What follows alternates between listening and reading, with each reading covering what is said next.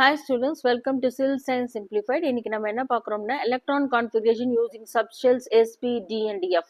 இதை வச்சு எப்படி எலக்ட்ரான் டிஸ்ட்ரிபியூஷன் அண்ட் கான்ஃபிகரேஷன் பார்க்க போறோம். ஸோ எலக்ட்ரான் கான்ஃபிகரேஷன் ஒன்றும் இல்லைங்க, எப்படி வந்து எலக்ட்ரான்ஸ் வந்து அட்டாமிக் ஆர்பிட்ஸில் டிஸ்ட்ரிபியூட் ஆயிருக்குன்றதை தான் நம்ம பார்க்குறோம். ஸோ அதை எதை பேஸ் பண்ணினா இந்த ஆஃப் பார் பிரின்சிபலை பேஸ் பண்ணி. ஸோ இந்த ஆஃப் பார் பிரின்சிபல் எப்படின்னா எலக்ட்ரான்ஸ் வந்து இந்த ஆர்டரில் தான் வந்து நம்ம ஃபில் பண்ணணும். அதாவது 1s 2s 2p 3s இந்த ஆர்டரில் தான் நம்ம ஃபில் பண்ணணும் according to Aufbau principle. So இந்த டயக்ராமை பார்த்துக்கோங்க. நெக்ஸ்ட் வந்து நம்ம வந்து குளோரினை வந்து நம்ம வந்து எப்படி வந்து எலக்ட்ரானிக் கான்ஃபிகரேஷனும் எலக்ட்ரான் டிஸ்ட்ரிபியூஷனும் குளோரினுக்கு நம்ம கண்டுபிடிக்கலாம். ஸோ குளோரினோட அட்டாமிக் நம்பர் வந்து 17, இது சிம்பிள் வந்து குளோரின் Cl.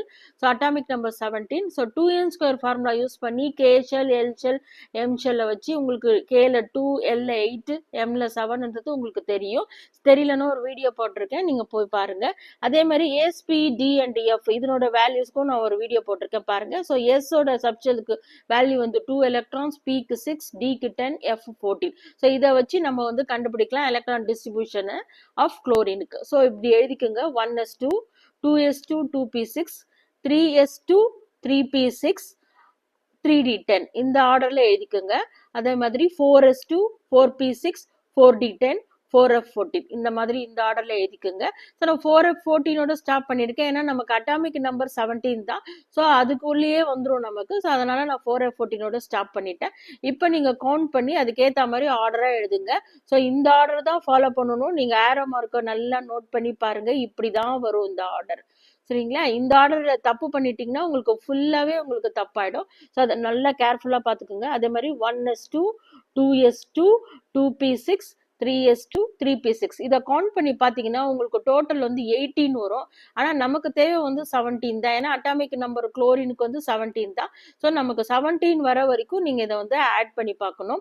ஸோ ஆட் பண்ணிங்கன்னா இந்த லாஸ்ட் இது 3p6 வந்து 3p5 நீங்கள் மாற்றினீங்கன்னா உங்களுக்கு வந்து கரெக்டாக 17 வந்துடும். So 1s2 2s2 2p6 3s2 3p5 இப்போ நீங்க கவுண்ட் பண்ணி பார்த்தீங்கன்னா உங்களுக்கு கரெக்டா வந்து 17 வரும்.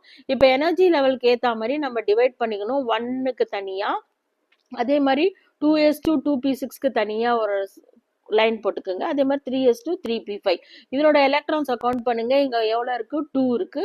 ஸோ 2 போட்டுக்கிறோம் கம்மா. இங்க 2 எனர்ஜி லெவலுக்கு எவ்வளவு எலக்ட்ரான்ஸ் இருக்கு?